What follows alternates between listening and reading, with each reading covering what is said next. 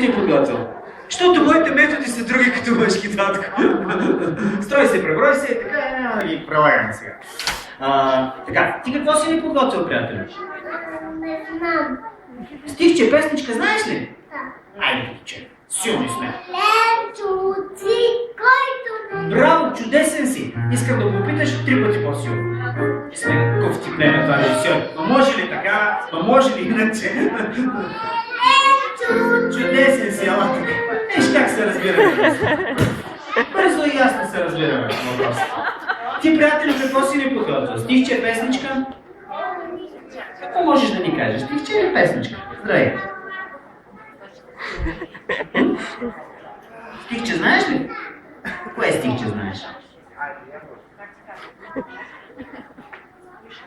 Кой е с него да си кажеш? Какво знаеш? Мама ми купи Мама днес. ми, айде. Мама ми купи днес.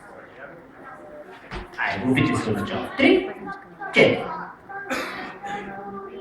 Хайде, тетко, мамо. Хайде, плей. Ще трябва да го чакаме да порасне. И това ще отнеме едно 6 месеца. Но всъщност, вие ще изчакате вкъщи, може ли? Може, след това. Защото тук 6 месеца много време ще отиде. Ти, приятели, какво си подготвил? Стичи хубав глас, нали? Смело, да. Кателичке, щом не сте зълъцата да